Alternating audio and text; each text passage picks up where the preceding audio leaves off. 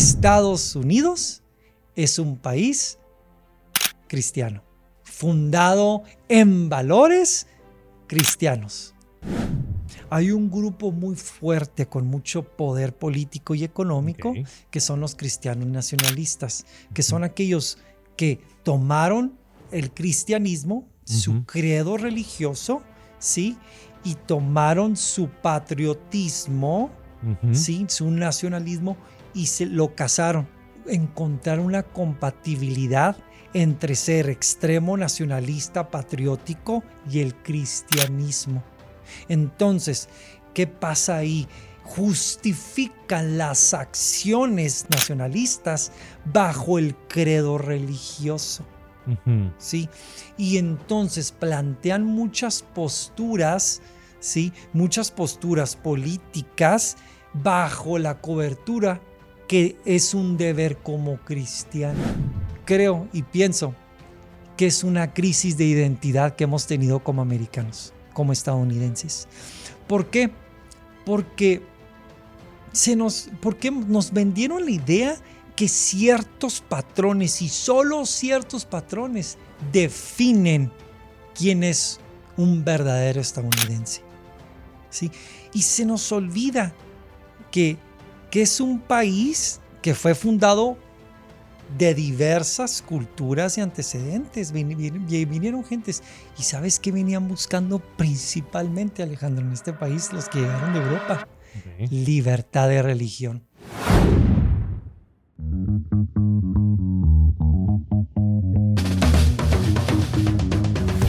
El nacionalismo cristiano en Estados Unidos es una corriente ideológica que busca fusionar la identidad nacional con la fe cristiana, presentando a la nación como un proyecto divino y recurriendo a la religión para justificar posturas políticas y patrióticas. Sin embargo, la historia nos ha demostrado que cuando el poder político y la religión se entrelazan demasiado, las consecuencias suelen ser preocupantes y en la mayoría de los casos la sociedad termina pagando el precio. No debemos olvidar que muchos de los primeros colonos que llegaron a América lo hicieron precisamente huyendo de la persecución religiosa en Europa, en busca de un lugar donde pudieran practicar su fe en libertad. A 250 años de la Declaración de Independencia de los Estados Unidos, surge una pregunta inevitable. ¿Estamos acaso repitiendo los mismos errores de los que alguna vez quisimos escapar? De esto y más hablaremos en esta ocasión con el abogado David Haro, experto en migración y política nacional. Comencemos ya.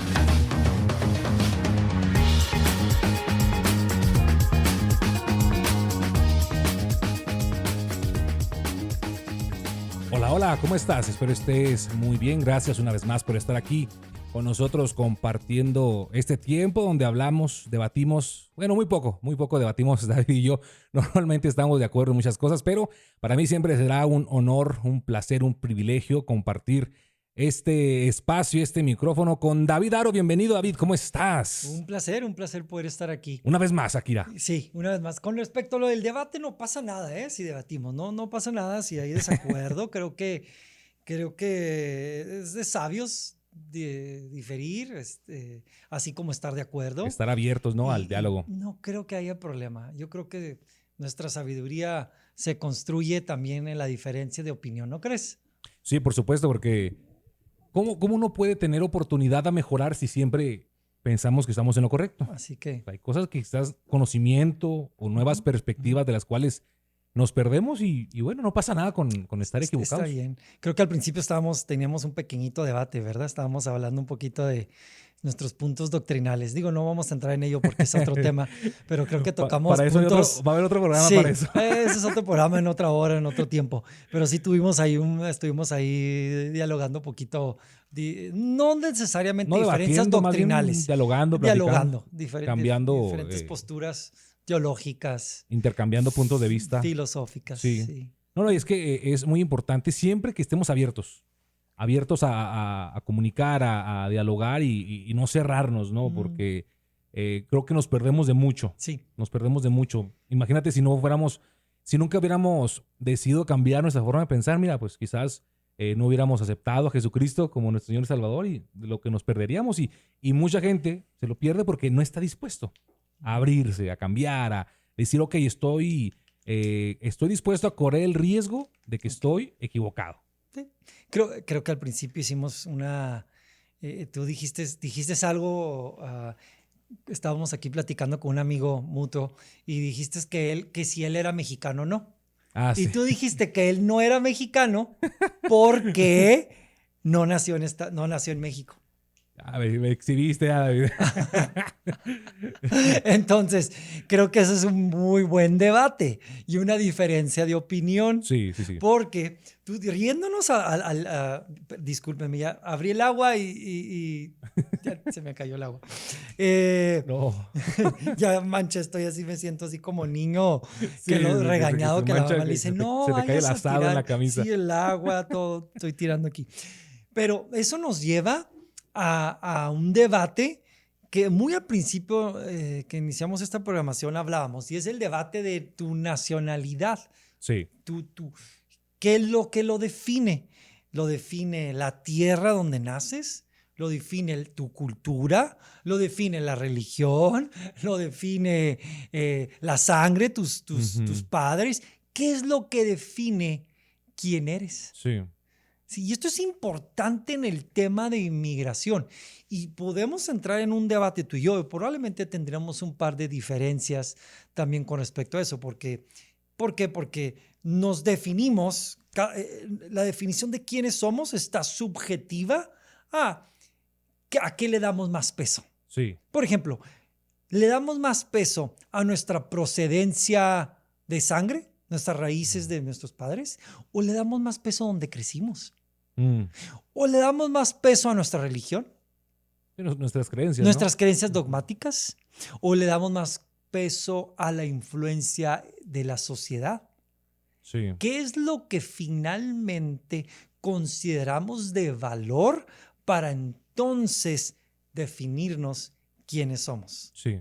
¿Quién soy yo? ¿Quién es David? ¿Verdad? ¿Quién es Alejandro? Y pareciera que es un tema de debate y es un tema sin resolver.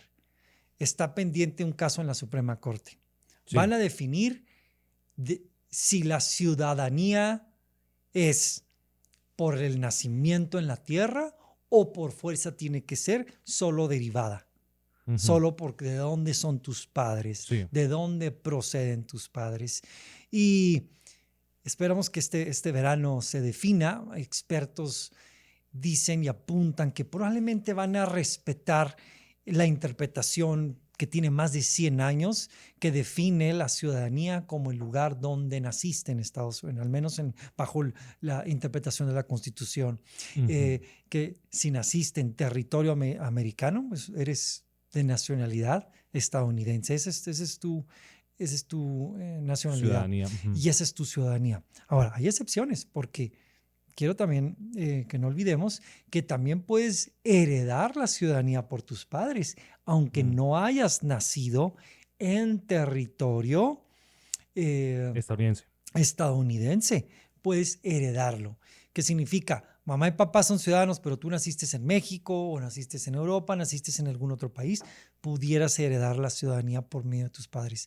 Las leyes de inmigración tienen cláusulas que determinan, por ejemplo, no es igual, siempre que me dicen, bueno, ¿y cómo heredo la ciudadanía de mi papá o de mi mamá? Siempre les digo, no tienen idea lo complejo que es heredar la ciudadanía. Okay. Te lo digo, no es igual si es por mamá, si es por papá. No es igual si son los dos, si estaban solteros o estaban casados tus padres.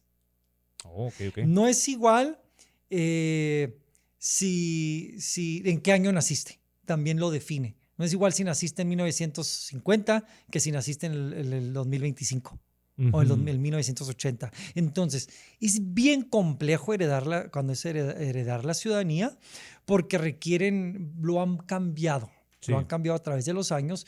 Si tu mamá era ciudadana o era papá, si tu mamá estaba soltera, era un requisito. O si tu mamá estaba casada. Ok. o si era por papá o no, o si papá se casó con tu mamá, o si nomás no se casó. Es bien complejo, Ujú. pero yo creo que regresando a nuestro argumento filosófico, el tema es quién eres, ¿no? Ujú.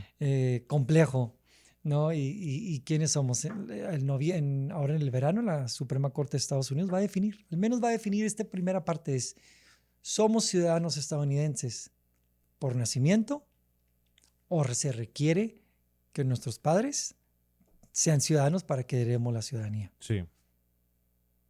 Es un tema, yo creo que ha sido el pilar, el estandarte de esta administración, ¿no? La cuestión de la migración y sobre todo tanto hincapié que se le ha hecho a esto de que muchas personas han sacado provecho del hecho de que puedas nacer en Estados Unidos, aunque tus papás tengan un estatus ilegal, te convierte eso por el hecho de nacer en un ciudadano americano. Ha sido una de las cosas que esta administración ha mostrado indiferencia, ha mostrado rechazo.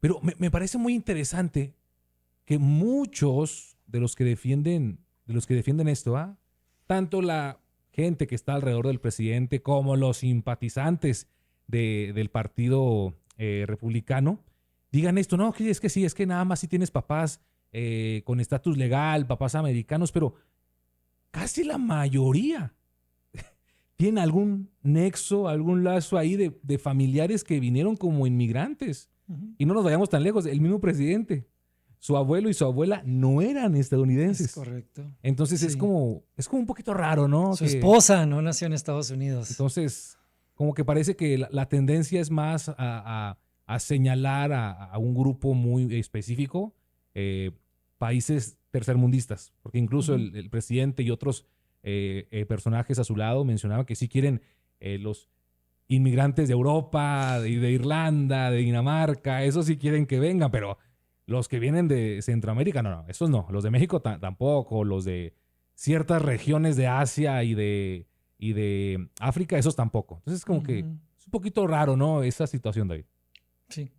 Yo te hago una pregunta. Dijiste ahorita al principio, dijiste una frase y quiero que me ayudes a entender. Okay. Quiero entenderte y quiero llevar a un punto. Dijiste, mucha gente ha tomado ventaja del hecho que puedes derivar ciudadanía o que eres ciudadano por nacimiento.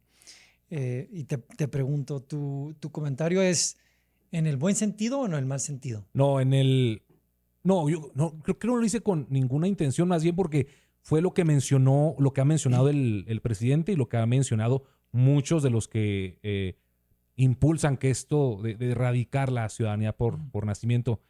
Y yo no creo que, yo no lo dije en el no sentido, porque realmente nunca me había puesto a pensar respecto a eso. Sí he conocido mucha gente que sí tienen como esa mentalidad, ¿no? De decir, ok, yo quiero sacar mi visa y ya cuando tenga un hijo, tenerlo en Estados Unidos. Digo, bueno, pues cada quien es responsable de sus decisiones. Sí. ¿Pero tú crees que eso ese es un sistema que ha sido abusado o simplemente crees que existe personas que... Porque dijiste toman beneficio, pero ¿crees que toman ventaja para mal o para bien? Yo creo... O la pregunta que te hago, Okay, el hecho que seamos ciudadanos, que podamos tener la ciudadanía de Estados Unidos por nacimiento, ¿es bueno o es malo? Yo creo que no es bueno ni es malo. No soy muy experto en esta cuestión de la división por... Bueno, no división, sino el que un territorio te identifique.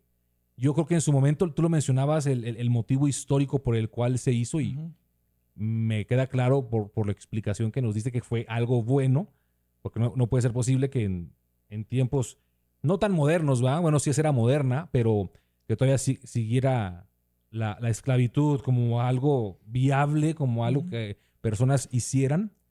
Yo siempre he creído que la cuestión de la nacionalidad también tiene que ver mucho con la cultura, con las costumbres y con las tradiciones.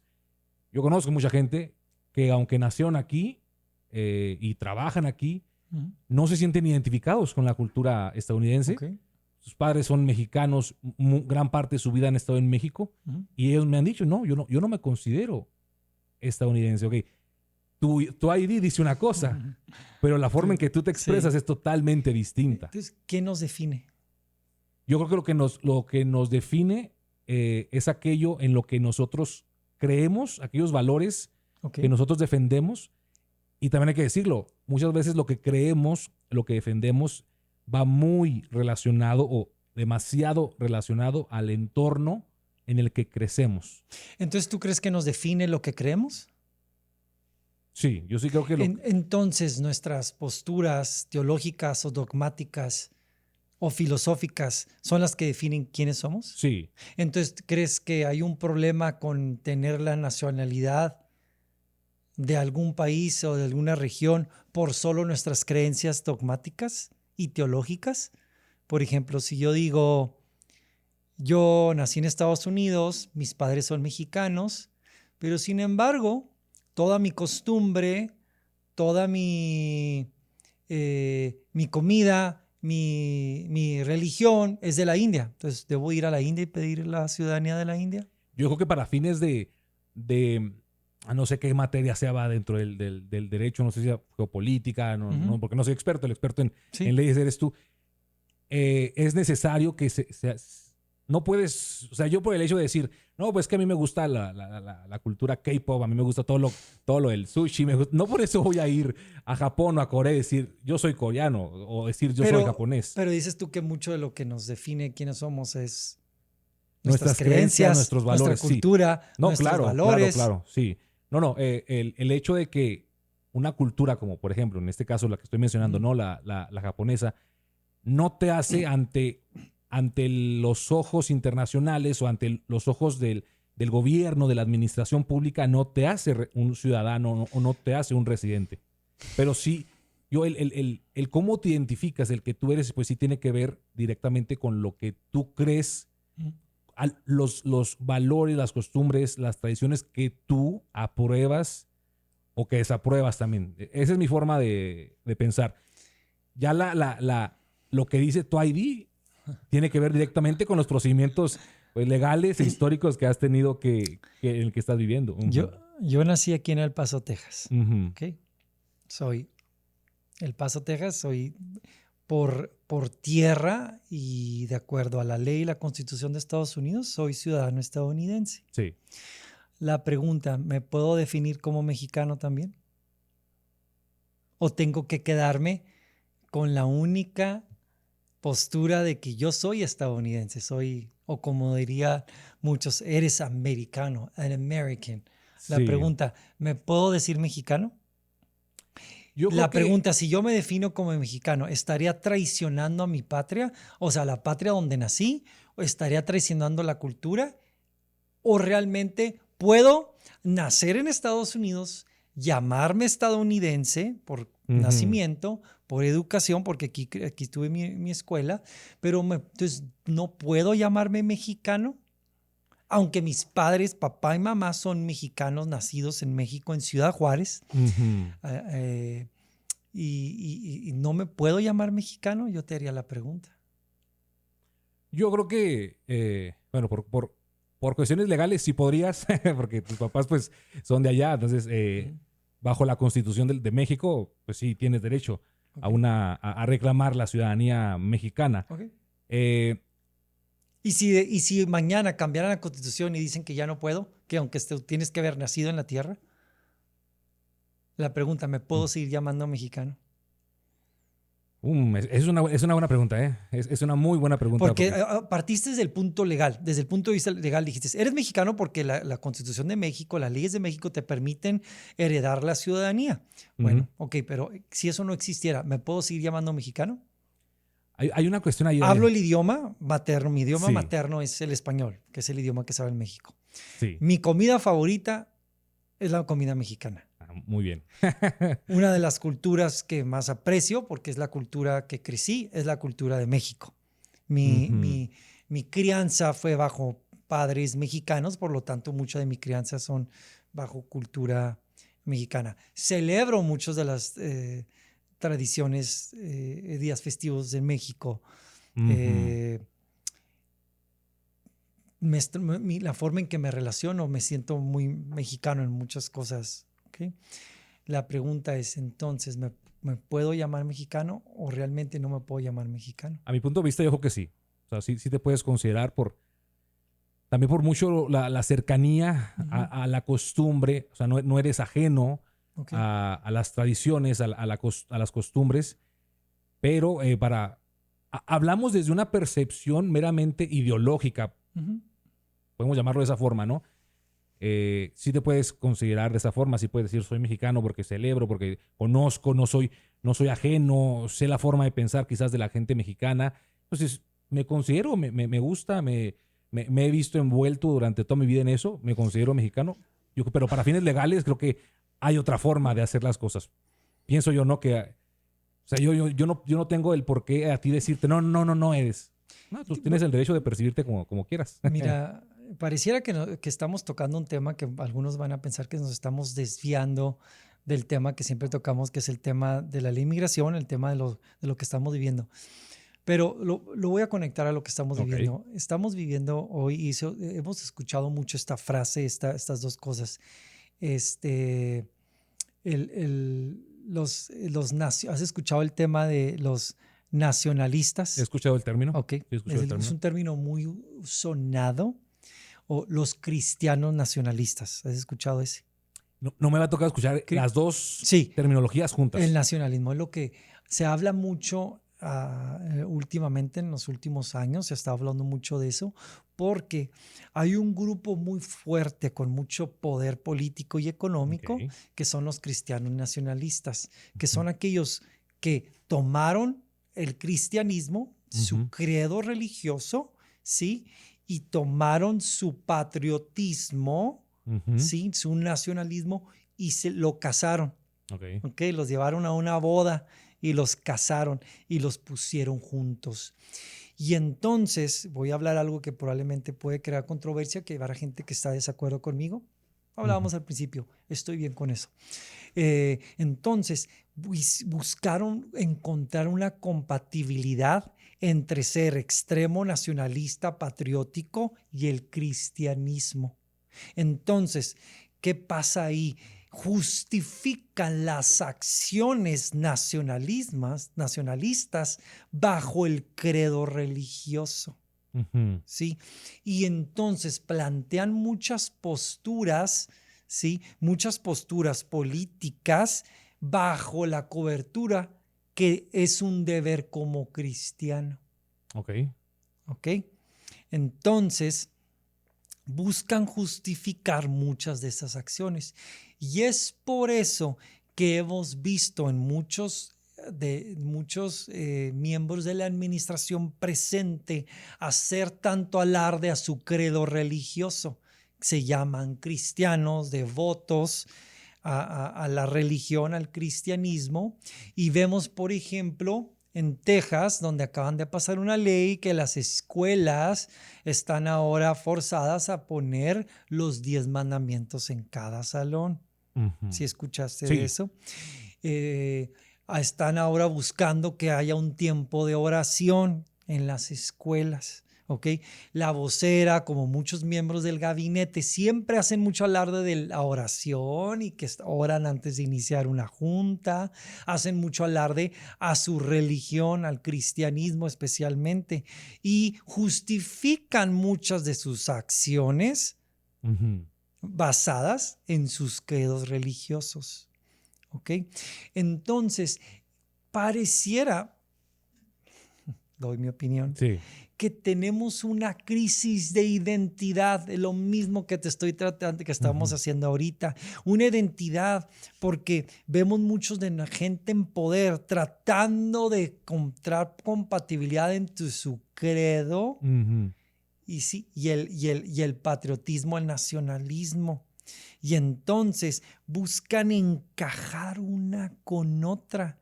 Y van y dicen la famosa frase que le hemos escuchado y que yo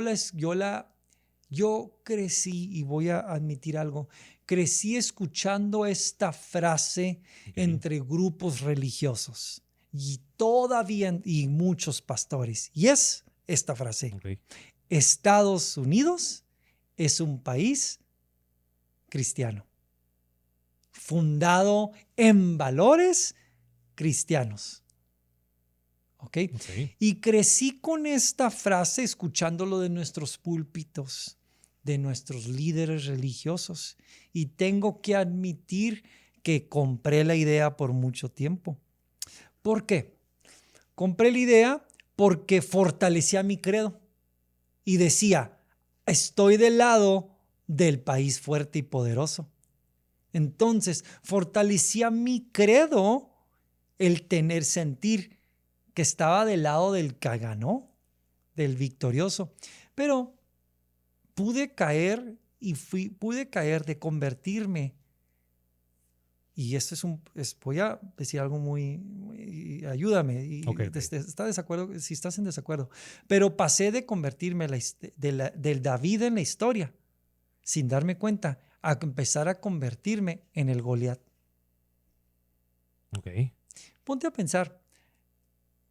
Y este movimiento, es nacionalismo religioso cristiano, que hemos visto, no se ha vuelto simplemente en el David, se están convirtiendo en el Goliat del mundo. Aquellos que salen y vociferizan en contra de los países, en contra de otros, donde presumen que su Dios, el Dios que ellos sirven, ¿sí?, se convierten en esos bullies, en esos agresores. Y vemos el ataque a Venezuela, lo voy a decir. Vemos el ataque a Irán, el ataque en Palestina, el que seguimos patrocinando, el que se siga atacando a Palestina, el ataque al menos diplomático o se ha hecho no desde la perspectiva militar, pero Canadá, nuestro aliado, México, nuestro aliado. Y claro que lo hacemos mucho en el nombre de nuestro credo, casado con nuestro nacionalismo. Y lo hemos visto. Y sabes, creo y pienso que es una crisis de identidad que hemos tenido como americanos, como estadounidenses. ¿Por qué? Porque nos vendieron la idea que ciertos patrones y solo ciertos patrones definen quién es un verdadero estadounidense, ¿sí? Y se nos olvida que es un país que fue fundado de diversas culturas y antecedentes. Vinieron gentes. ¿Y sabes qué venían buscando principalmente, Alejandro, en este país, los que llegaron de Europa? Okay. Libertad de religión. Venían siendo oprimidos en Europa por la iglesia de Inglaterra, la iglesia anglicana, la iglesia que tenía mucho poder, que estaba casada con el imperio. ¿Sí? Y entonces vienen huyendo porque tienen prácticas como los puritanos. Eran prácticas que ahorita lo vemos como extremos, pero ellos querían guardar ciertas prácticas de comida, de alimenticia, de vestuario, de prácticas. Querían una religión un poco más local, más que nacional. Buscaban prácticas más de ellos, más apegadas a sus costumbres culturales, pero eran oprimidos.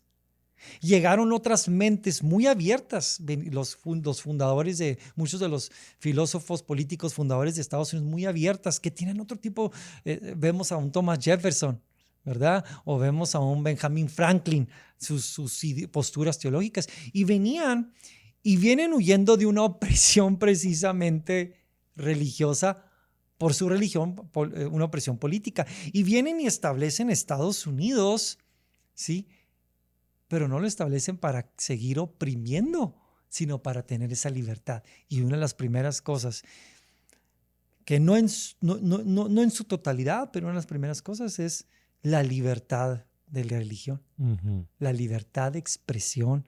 Empiezan a hablar de derechos fundamentales y en ese sentido somos un invento nuevo, innovador, Estados Unidos, su constitución, y vienen y establecen libertad de expresión, libertad de religión, libertad de poder tener reunión. Es otra libertad muy importante, de poder juntarte, ¿sí? Y son libertades, pero ¿a raíz de qué vienen estas? ¿Por qué hacen estas libertades? ¿No te has puesto a pensar? ¿Por qué la libertad de expresión?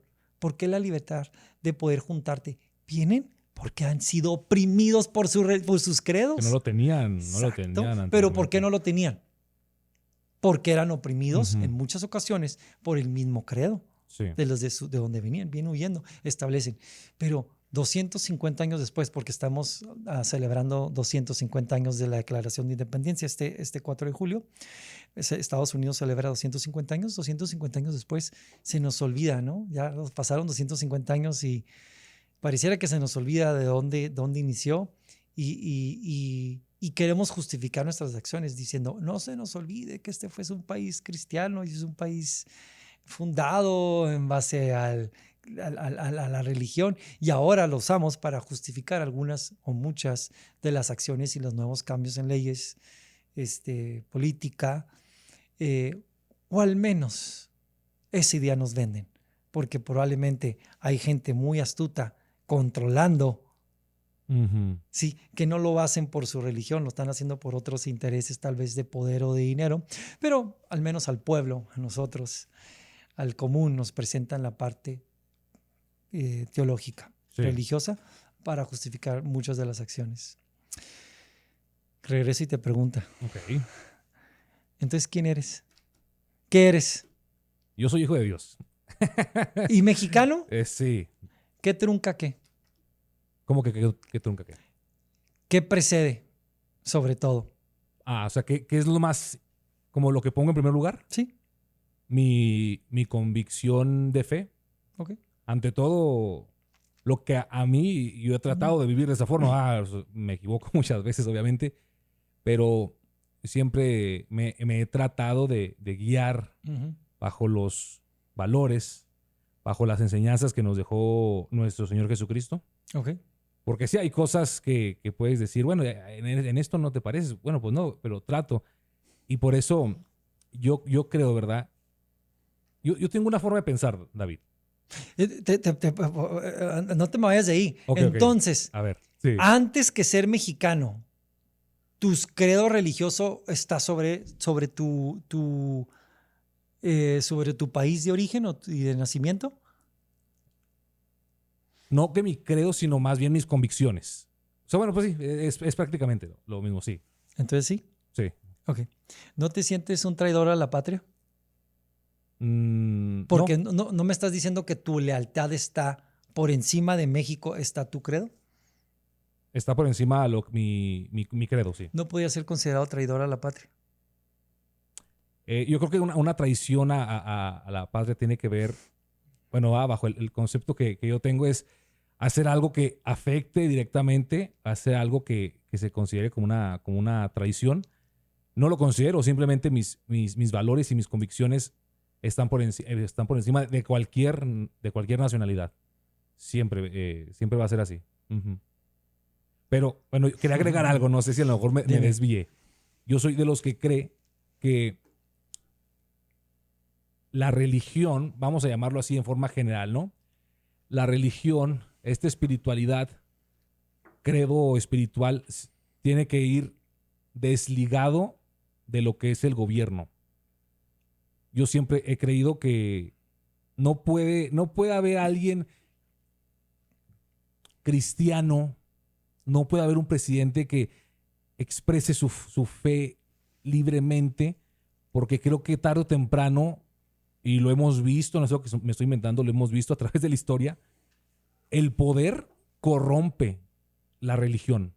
Lo hemos visto, lo vimos con la Iglesia Católica, que aunque con Constantino podemos ver, ¿verdad?, que según lo que leemos, lo que hizo fue de muy buena intención. Y vamos a decir, ya lo vemos con la Iglesia Cristiana en Estados Unidos. ¿Puedes agregarle? No, sí. Atrévete a decirlo. Metiste a la Iglesia Católica con el Imperio Romano, Constantino. Sí. A ver, ¿por qué no dices? Y lo estoy viendo con nuestro actual presidente y la Iglesia Cristiana. Es algo que se ve, es algo que se ve. No podemos en nombre de Dios hacer cosas que van totalmente contrarias a su palabra. Y lo vimos en muchos países musulmanes. Exactamente. Corrompieron el gobierno. Lo vemos en Irán. Vamos a nombrar Irán. Las teocracias no funcionan como sistema de gobierno. En Irán vimos un país donde yo te aseguro que si tuviéramos interacción con Inari, seríamos mejores amigos. Porque hay más cosas en común Sí. con los habitantes del mundo que en desacuerdo. Ujú. Y poniendo religión, credos, todo, súmale todo, y hay más cosas en común. Sí. Pero sin embargo, no te das cuenta, también el gobierno se casó con la religión Sí. en Irán Sí. y establecieron una teocracia. Y subieron personas, hombres, y digo hombres, no el género hombres, al poder, que dijeron, aquí le encuentro esta justificación para la opresión de la mujer y Ujú. para hacerla ciudadana de segunda clase. Y se justificaron, se agarraron. Entonces, pero no vayamos lejos. Regrésate a Estados Unidos. No dejamos a Irán a un lado. Regresemos a Estados Unidos. Sí. Pero te interrumpí tu plática. Sí. Sigamos por el No, tiempo ya. la cuestión es, yo soy de los que cree que la religión en general, llámese la religión, el musulmán, cristianismo, lo que sea, no puede estar influenciando al gobierno. No puede. Y otro ejemplo, y esto es muy reciente, en Brasil. Hubo un movimiento pentecostal hace unos años que fue muy fuerte, hasta el presidente y muchos que estaban al poder se declaraban oficialmente cristianos e incluso hubo muchas reformas a favor de la religión. Vemos que son hombres que están ahorita, creo que hay uno que está encarcelado por corrupción, por prácticas muy poco cristianas. Entonces yo creo que tanto para el bien del gobierno, el orden público y también para el bien de la fe, tienen que estar de forma separada. Entonces, y con esto terminamos y te quiero ayudarte a interpretar. ¿Crees en un gobierno laico?